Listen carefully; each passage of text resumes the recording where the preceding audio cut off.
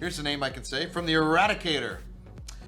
Hello and welcome to this channel, everybody. This is the Eradicator, and in this video we are going to talk about the hot topic of the end of this year. This is something quite a few of you have been asking me about, and because your wishes are my commands, here we are today with a video about server-side object container streaming, or SSOCS, or SOCS, whatever you want to call it, and especially this video will try to explain why this upcoming core technology is key for the progress of the development of the project and what it will change for players. So here we go.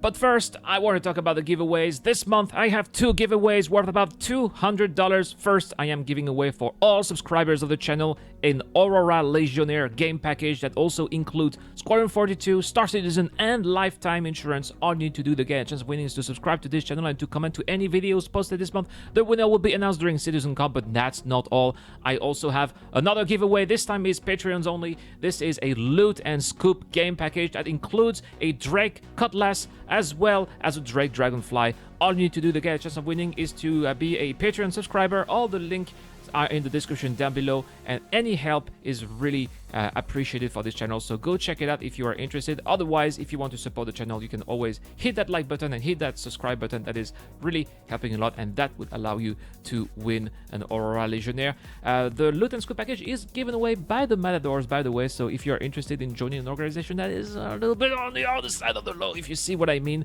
but actually great chap. I talk to them quite regularly, and really having a great time with these people. So great human beings, scum in game, but great human beings outside. So if you are interested into that sort of gameplay, then the link is also in the description down below. Anyway, back to today's topic. Now, before we truly tackle the subject, a little bit of history, because I want to make sure you understand where we are coming from. Star Citizen was originally supposed to run on CryEngine, and its scale was much smaller than the juggernaut we hope to get our hands in a couple of years. The original Star Citizen concept was a pure old-school space combat simulator with a twist of trade and exploration.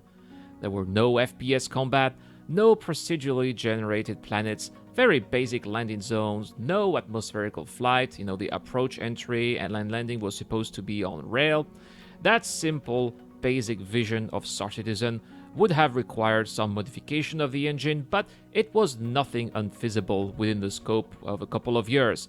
Then we were asked if we wanted to enlarge the scope of the game with FPS combat, procedurally generated planet, with all the technological hurdles that it will involve, and we decided to go all the way. I personally voted in favor of this decision. Now, what did that mean? Well, it meant that for this vision to come true, CIG would have to undertake gigantic modifications to an engine which had the reputation of being difficult to work with, and that involved transitioning from CryEngine to Lumberyard, which is already a modified version of the CryEngine by Amazon, but it allowed CIG for better multiplayer capabilities and saved CIG time from doing those modifications themselves. It also allowed to switch the game from 32 to 64 bits, which was required in order to significantly increase its scale. Then came Alpha 3.0 with the first interplanetary bodies. We had already reached the modifications limits. Frames were so low as the games were rendering everything that was in the verse that it looked more often like a slideshow, even on some of the most powerful machines. Object container streaming was needed.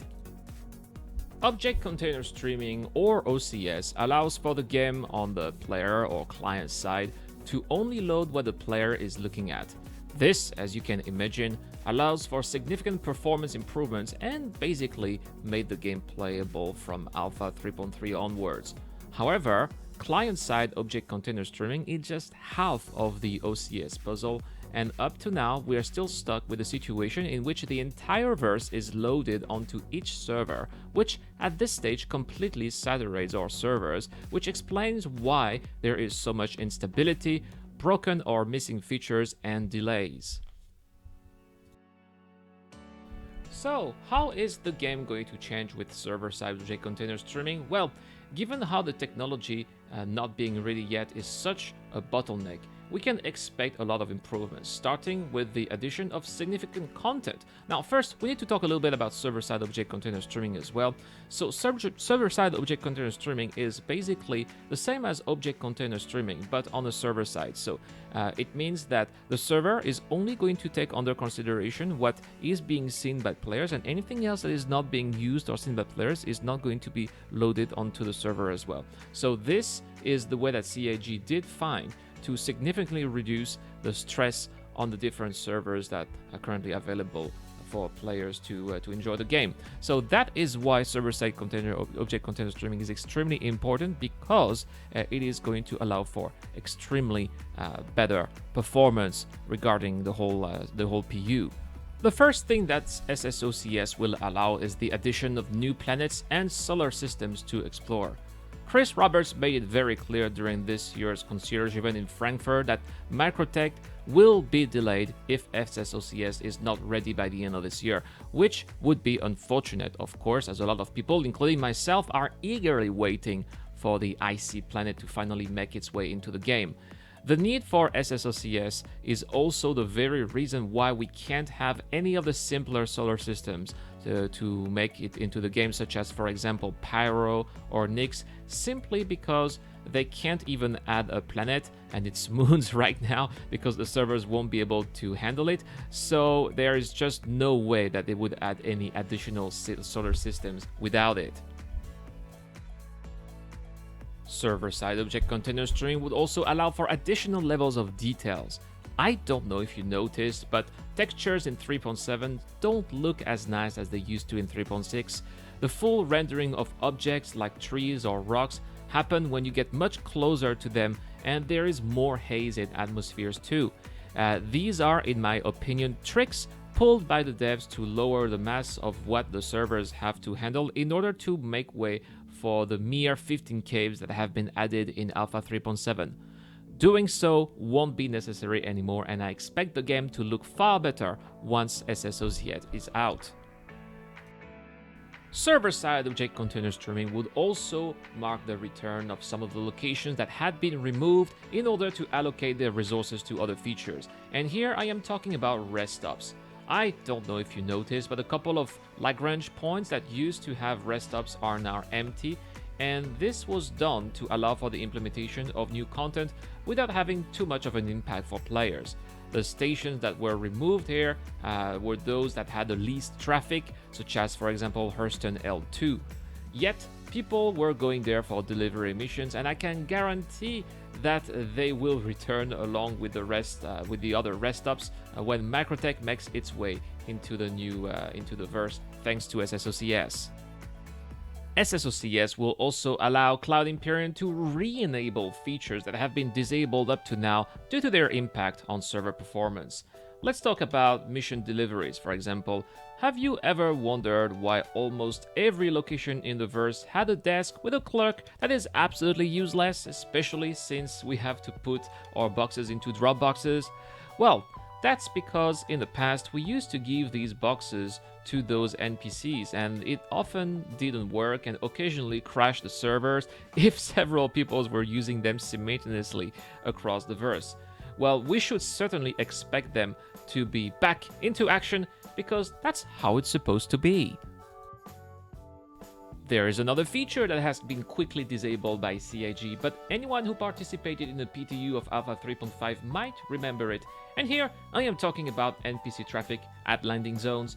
You have to know that landing zones used to be for a brief moment far busier than they currently are, and that's because there used to be dozens of NPCs flying around Lorville and Area 18, landing and taking off to fly in loops before landing again. And it looked very cool, but it resulted in severe frame drops. Now you can expect that to make a return as well as soon as SSOCS is in. Speaking of NPCs, you know, those that are still in the verse and that we can find in every station or landing zone, you probably noticed that they are rarely behaving properly and are often immobile, frozen, if not completely broken, and that is once again due to the current bottleneck of our server technology, and I think that we should expect those NPCs to behave as they are intended to once SSOCS is up. So that's it for content and features. Now let's talk about gameplay stability and functionality, because SSOCS is, again, expected to have its share of significant improvements, and perhaps the one improvements we are waiting for is the eventual riddance of 30k errors. Sure, CIG has tried their best to reduce their frequency to the minimum, and the temporary optimization efforts that we mentioned before were mostly aimed at achieving that.